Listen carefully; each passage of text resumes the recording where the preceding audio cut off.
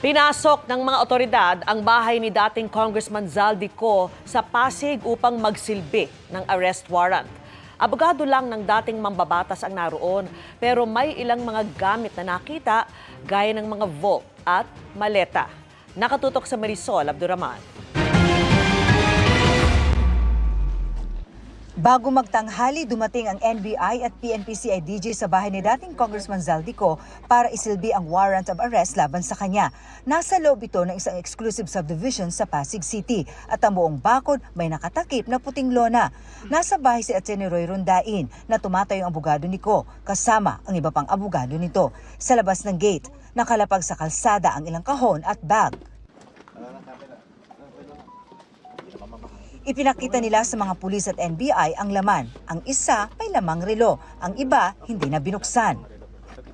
We are here to implement a warrant of arrest issued by the Sandigan 5th, 6th, at 7th Division for malversation, violation of Section 3E, Section 3H of RA 3019 against accused Elizalde Salcedo Co.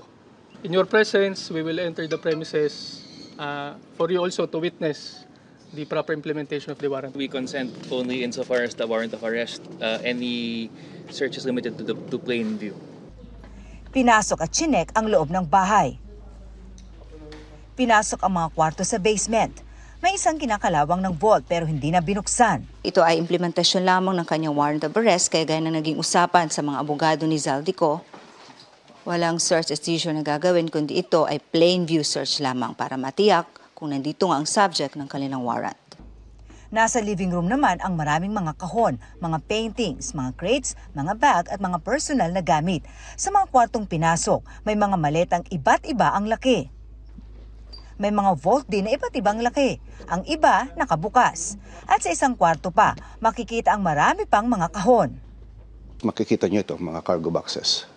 And then, maraming karton, maraming ano dyan. No, that we don't know what she is. And then, of course, yung vault.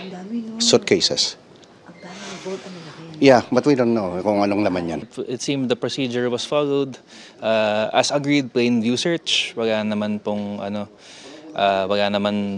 untoward incident. So we're glad that the authorities respected our client's wishes.